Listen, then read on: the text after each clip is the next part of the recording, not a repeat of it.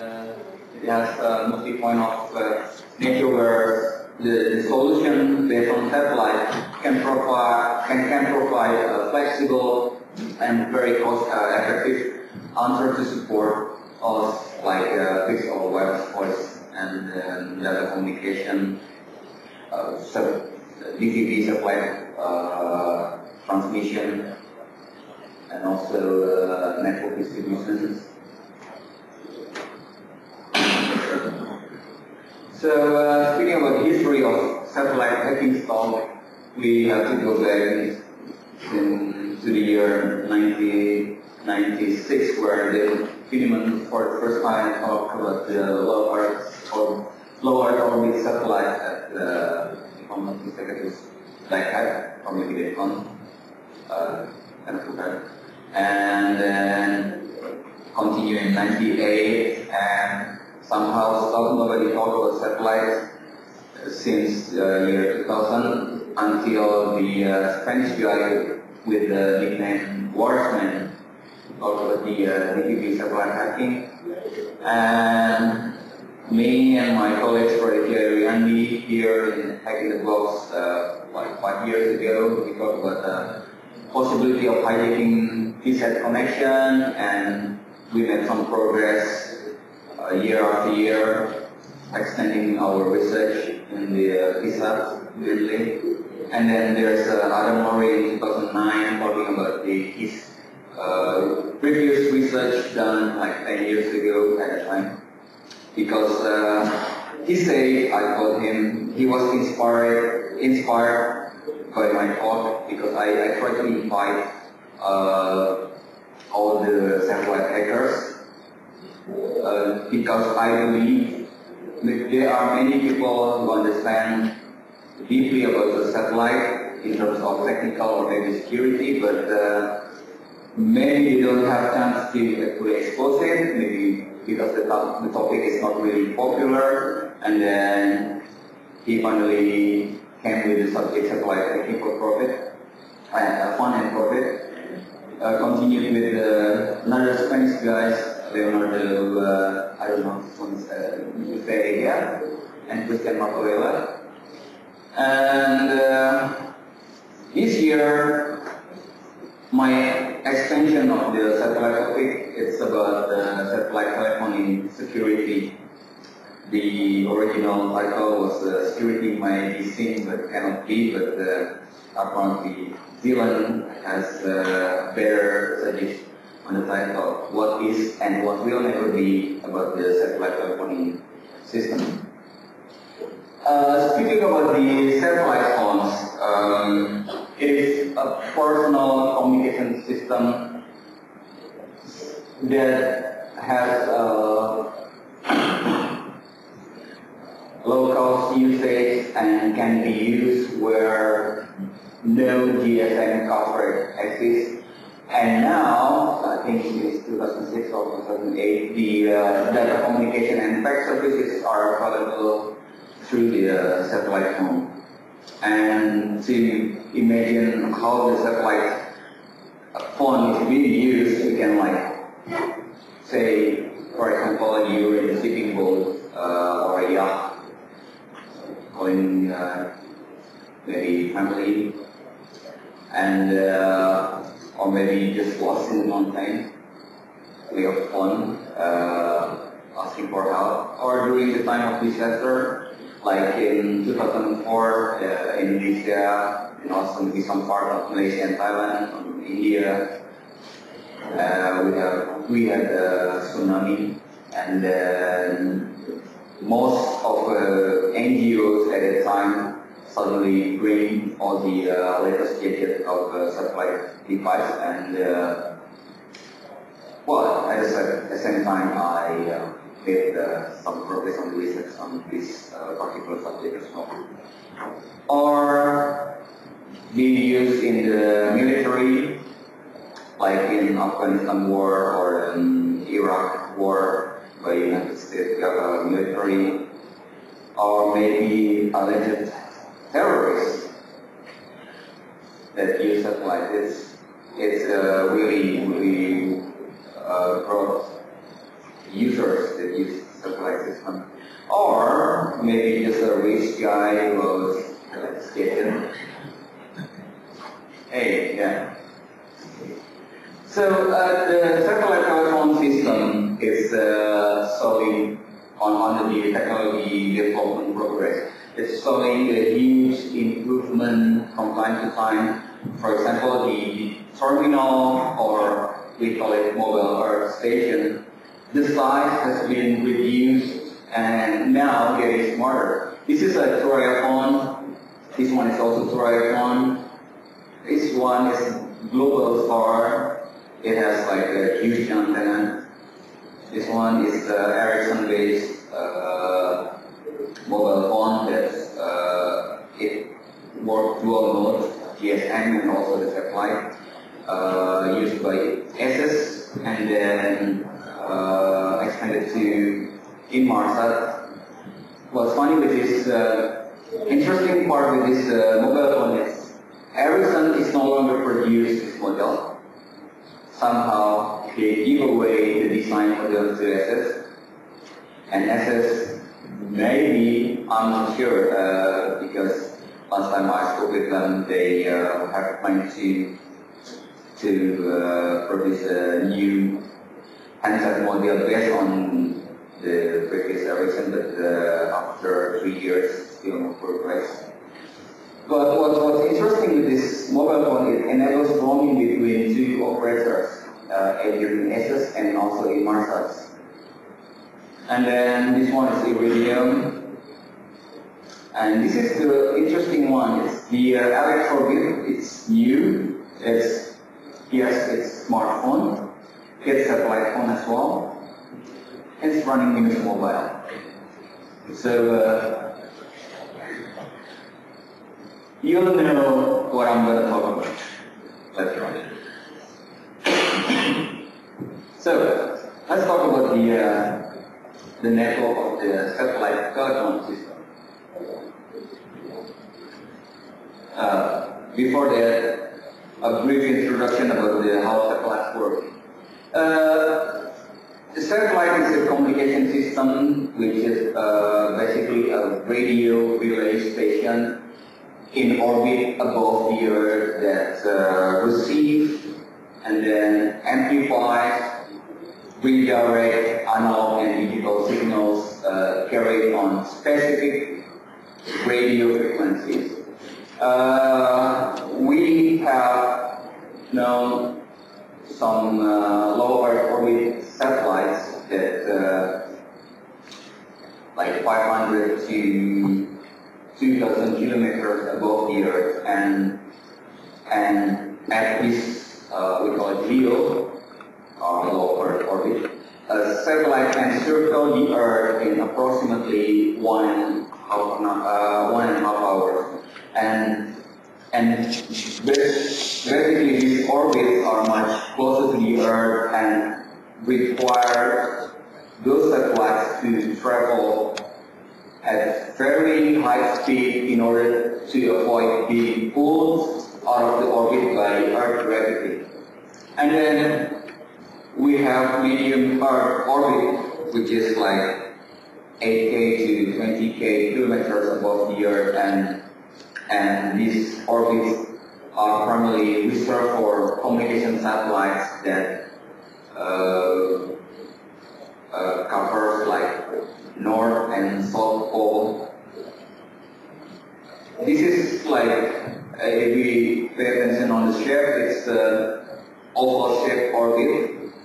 And then we have geosynchronous orbit that has like 35K kilometers above the Earth. This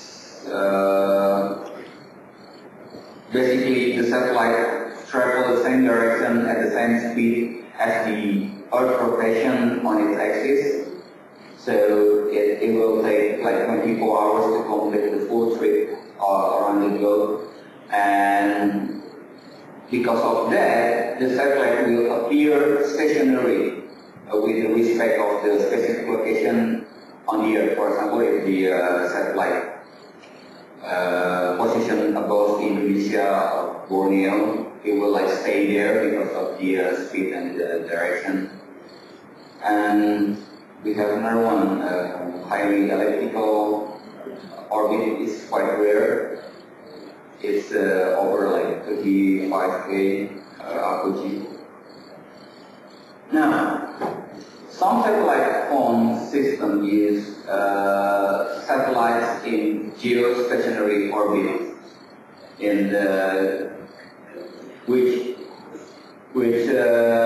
means it will remain in fixed position and it will maintain near continuous global coverage with, let's say, 3 or 4 satellites. So basically, it will like reduce the launch cost. There are some operators that fit in the geostationary Earth orbit satellite operator. There are SS, which is covers mostly Asia, East Asia, and also Southeast Asia. ICO, I think, yeah, in 2008 they launched finally the geo satellite HITB2011KUL. And then there's Inmarsat, which is, if I'm not mistaken, is the oldest satellite phone operator back in, I think like it's 32 years old now. And then it has huge coverage like most of the year except the polar region due to the stationary position. And we have the various like satellite mobile system that's based in United Arab Emirates. They have now three satellites that cover Eurasia and then Africa. Plus with the Korea 3, I think they cover Australia now. The Skytra is an American company, and I think it's acquired by another company and become part of a new entity. I lose track with this company. And there are LEO or low orbit satellite operator, Global Star and Iridium. It's quite popular lately because of the coverage. And yeah, what's funny with the LEO, since the orbit is quite near to the Earth, meaning to have like wide coverage, you need to have like plenty of satellite. For example, Iridium, they have 66 active satellites that are serving right now, and probably will add more in a few months to extend their coverage. And yeah, this is like the simple diagram how the LEO communication satellite constellation system works.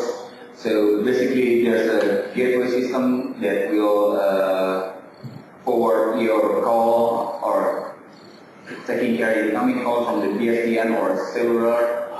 It will transmit to the big satellite and forward to the nearest satellite to the end user terminal. That's the, I think the orbital altitude is around 500 to 1,500 kilometers. It's quite near.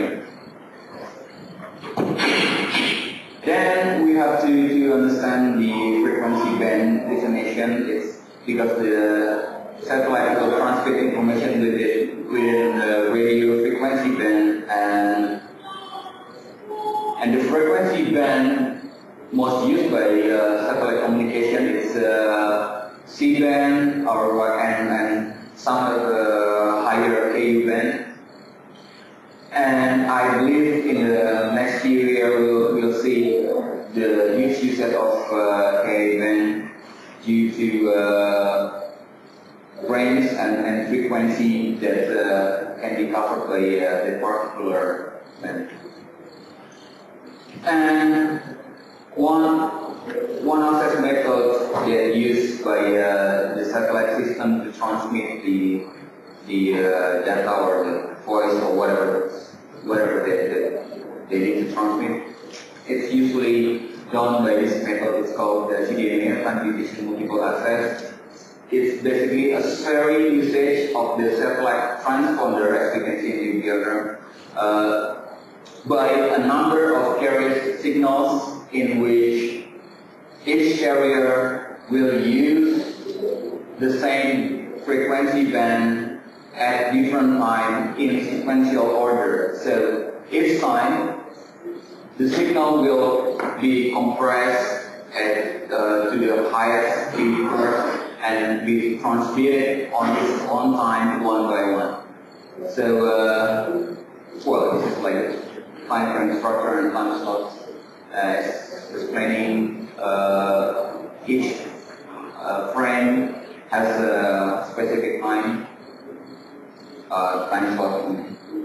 And then we know the code division multiple access is the sharing usage of the satellite transponder frequency by number of signal carrier, and each carrier will use the same frequency at the same time, meaning it's going to be parallel, but each signal will have its own identification characteristic or code. So it's different terms than we know in CDMA radio, well, in a way. And speaking about the coverage, this is the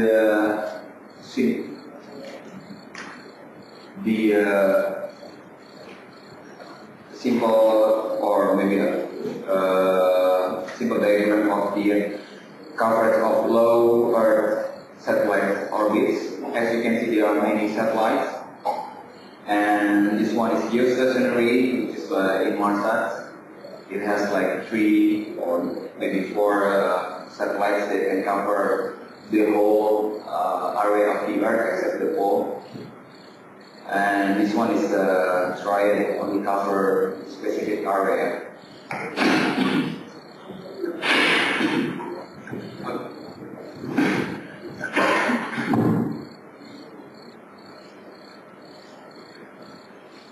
Next we're going to talk about the spot beam.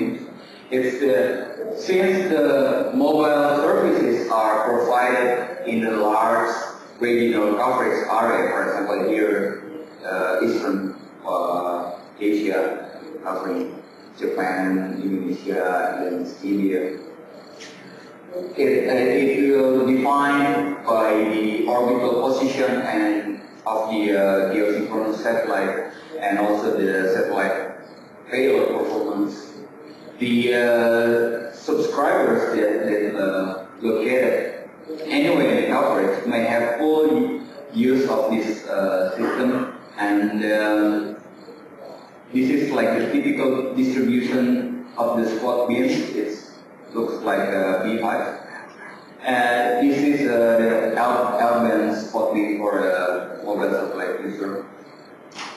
These satellites spot beam differ from the GSM cells that they are large, regularly shaped, and originally originate from the same point source like satellites.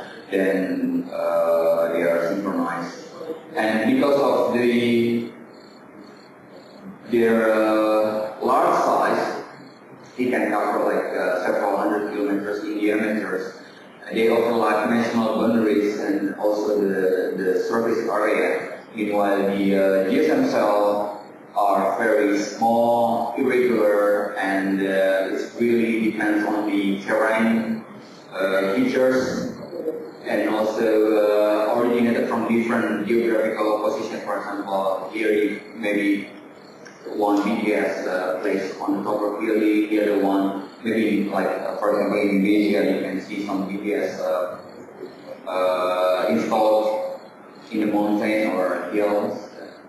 So the GSM cell is always assumed to be contained within a single country, while the satellite spot beam has no boundaries. So this Difference necessity very different with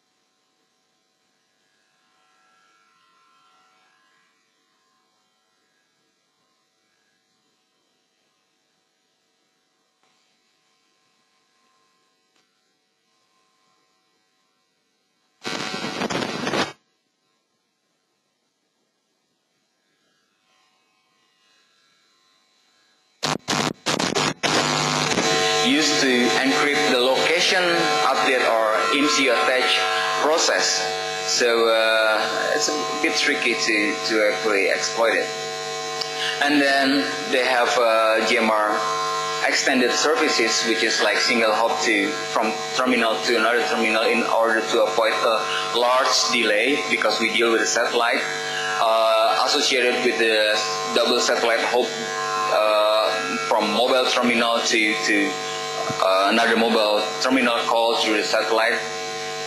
And they have like optimal routing that allow terminal calls to be routed to preferred gateway station, different than the regular gateway station which that terminal registered. And also high penetration routing, where the system will allow subscribers to be paged even when the terminal is normally out of coverage area. And then position-based services, it's using the GPS system. They will provide raw information on the GMR1 user terminal. Then we have GMR2. It's quite similar with GMR1, except it provides more flexibility on the data services. And the connectivity of the GMR2, it's provided by the satellite and fixed ground equipment, whose main elements are gateway and network control centers. So yeah, the system elements, it will have standard network control center, and then the customer management information center, numbers of gateways, and also each gateway will connect to the PSTN or private network or public LAN mobile networks. And GMR2 use C-band feeder link beam for communication between the satellite and the ground equipment. For example, here in Batam, there's a satellite control center that acting as a gateway as well. And then here's the L-band spot beam for the customer, and as we can see, it serves the same coverage, as we can see. And then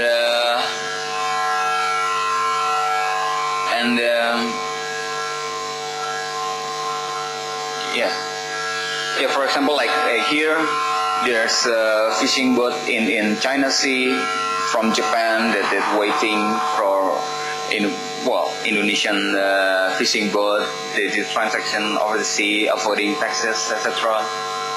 Or maybe a drug lord in the backyard of Thailand, Cambodia, or maybe Vietnam. They are the main user of the satellite network in this area, because on the land or on the terrain, basically we covered with the trees and jungle, and then since the system requires clear offsite between the handhelds to the satellites, it won't work if you sit under the tree or under the building, not like a standard GSM.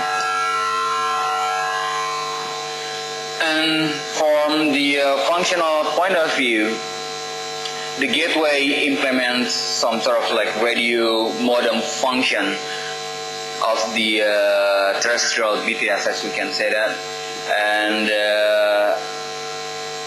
it has like radio resource management function of BSC and switching function of MSC. So basically, any GSM operator can also extend into the satellite phone operator just by extending the RFIF this part to the gateway access.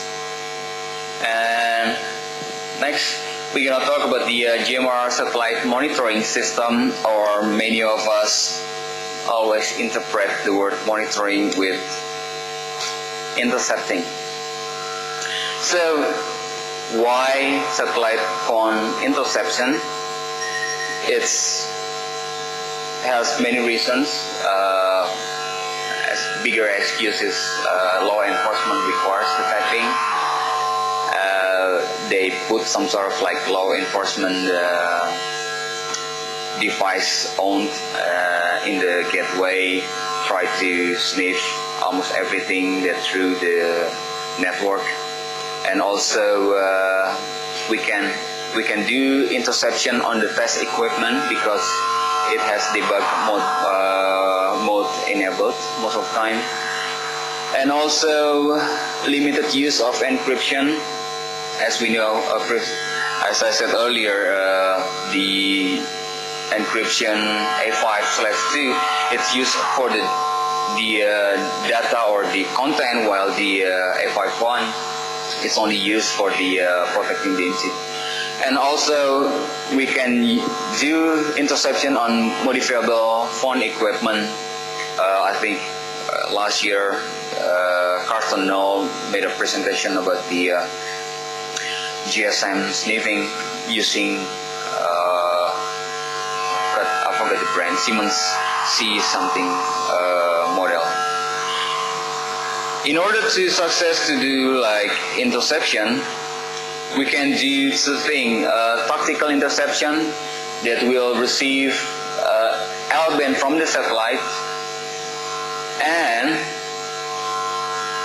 from the line of sight of the handset, and also strategic interception receives L-band from the satellite and the C-band from the satellite. I'll explain everything later. So this is like the typical satellite interception operation. There's a gateway, there's a handheld or the client. The communication between the satellite and the terminal or mobile earth station or a handset, it's effected using frequency L-band. It's around 1.6 gigahertz and 1.5 gigahertz for the uplink and downlink frequency respectively. And the primary gateway earth station provides connection to the terrestrial communication, for example like PSTN, PN, or it has like 6 gigahertz and 3 gigahertz for the uplink and downlink. This gateway also acts as a satellite operation center. They will provide all the tracking, telemetry, command function for the satellite as well as its uplink beacon. So since the satellite use number of spot beams for the communication with the handheld or end user or mass in this case, which can be combined and reconfigured from the ground,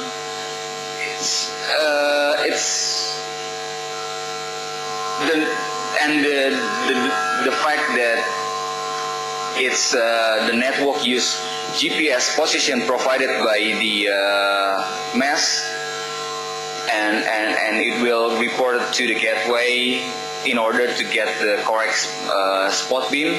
However, for security reasons, this is I quote from the technical documentation I have. The accuracy of the GPS position is deliberately limited to around 100 meters. So I don't know if it's for the real security reason or maybe, I don't know. I mean, like on GSM, you can nearly provide near correct GPS position. Still not sure why the satellite operator cannot provide the accuracy of the GPS position for their clients.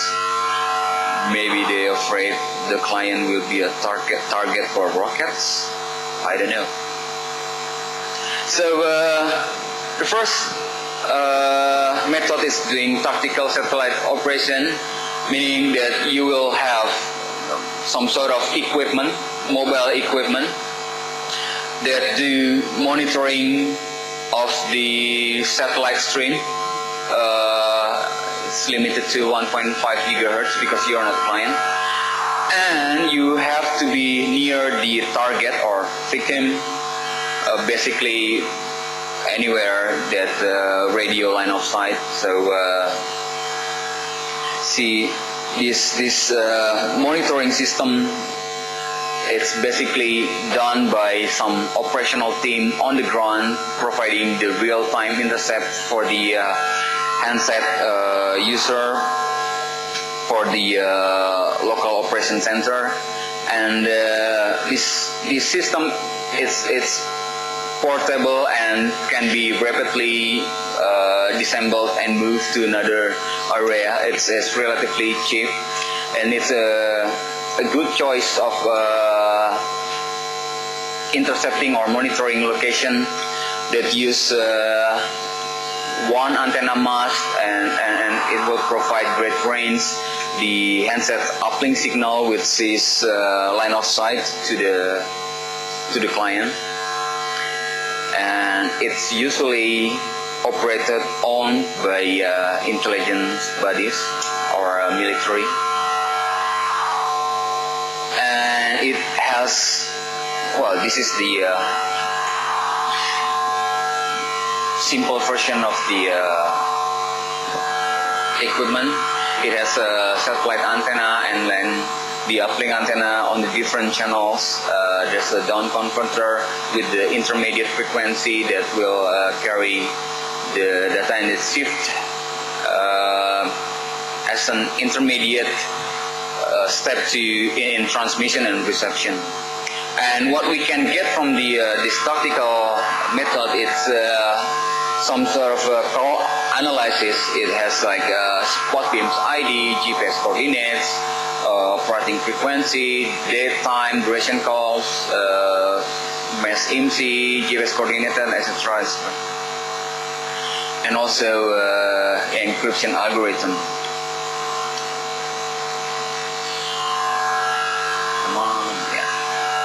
And then there's a strategic one. It mainly used to monitor like specific operator. It will like passively intercept downlinks from the satellite C-bands. On the left, it's a C-band, and L-band of the client, so it's on the right, and the setup, it's similar like a gateway, but doing passively monitored. And the similar setup, it's just like having a VSAT, as I saw on my previous topic demonstration, if you hear like 2 years ago. So this strategic interception operation will provide continual live operation monitoring of the handset of the users, and all the calls, data transmitted, voice, SMS are recorded, stored in database. You can search electron and be used in standalone system, or maybe interface to a proprietary recording center for analysis, or maybe transcription. So the typical C-band disk that can be used for the monitoring center is the standard 7 to 9 meters that can receive the C-band downlink. Okay, we have 15 minutes left. I'm not supposed to do a demo. First, it's not good. It's not cool. Second, I had problem with some operator because I signed some NDAs because of in order to get the knowledge of the satellite system, there are several ways to get it. You can go through all the patents, or you can talk to ex-employee, which is rarely of them will talk and give the detail. Or you can hack the system, or doing consulting for them, and they will share some of their knowledge. And I was fall to the last one, and so if we agree that we pretend there's no demo in this talk, everybody in this room agree that there's no demo, I will play. What? Okay, you didn't see anything. That's great. Since I get your approval, I'll show you. This is some sort of the system that I cannot say we, but it's a monitoring, strategic monitoring system that cover specific operator. I couldn't name the name. So basically, you can read the SMS. As you can see, it's done in Arabic. Come on, don't take a picture. Come on, you leave me with no choice. I can be jobless next month. And then we can also, for record voice, I cannot play the audio. Anyway, there's a real voice actually doing conversation. And come on.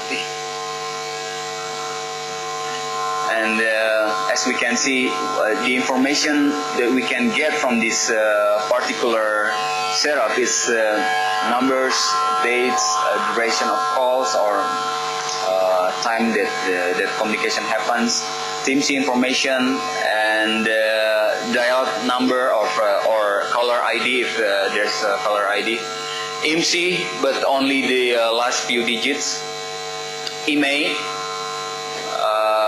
region if the spot beam activating some code, location, that's for sure. So basically, the original idea is only for monitoring, but it happened to be interception. I'll explain later why. And this is like maybe some guys in Afghanistan, some terrorists tried to hide Osama at that time. Anyway.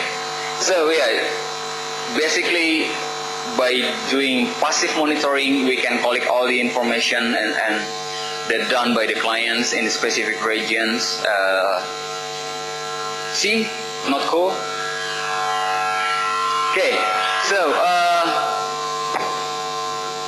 as I understand, in Asia during the talk, usually there is less question in the end of the talk, so I began to think it might be better to start a new trend. Let's make a frequently asked question. So the normal or the usual question is, the technique is operator specific? The answer is yes and no. For example, like some operator, as I said earlier, in Marsat and SS, they share the same technology, so any interception against SS will also apply to Inmarsat. But in this case, only those two that a similarity. And what about the LEO satellite phone system like Globalstar or Iridium? It's still possible, but only for tactical monitoring. Why? Because of the LEO nature of the system. The orbit is too low, so any monitoring center, it won't cover the whole area. And last night, there's an interesting discussion about the client security issue, which happened to be brought up by Benjamin Kunz, one of the speaker. And since Electrobit released the Windows Mobile satellite handhelds, Windows smartphone. So I began to think like it might possible to do like what the government agency or hackers do in the normal GSM handhelds. I believe since they are like always traveling, the user won't have time to actually update their software. It might easier for us to, no, not for us, but for this government agency to plan like Trojan horse or like attacking the client apps. And what about encryption? That's really interesting because GMR 1 or 2 is based on GSM. Now I start asking question: do you still believe in GSM is secure? What's next? I mean, like, since this is very basic, I'm trying to extend my research so I can open and speak freely maybe in the future. But I will suggest you to visit this project called Osmocom GMR. They've done very interesting stuff in the past few years related with the GSM, Tetra radio, and now I think starting September or October they began talk about or maybe doing some project on satellite mobile system. And in this website you can also learn how to receive the satellite mobile system packet and Osmocom GMR software. So if you want to build your own tactical intercept system, you can start from here. And again, Turaya is the famous victim for this because it's widely used, relatively cheap, and they have many users. And speaking about the GSM encryption, last year Carsten Knoll and Stephen Munoz, they were presenting the wideband GSM sniffing at 27th CCC. Basically, they were just running series of phones, running modified Osmocom BB as a GSM packet sniffer.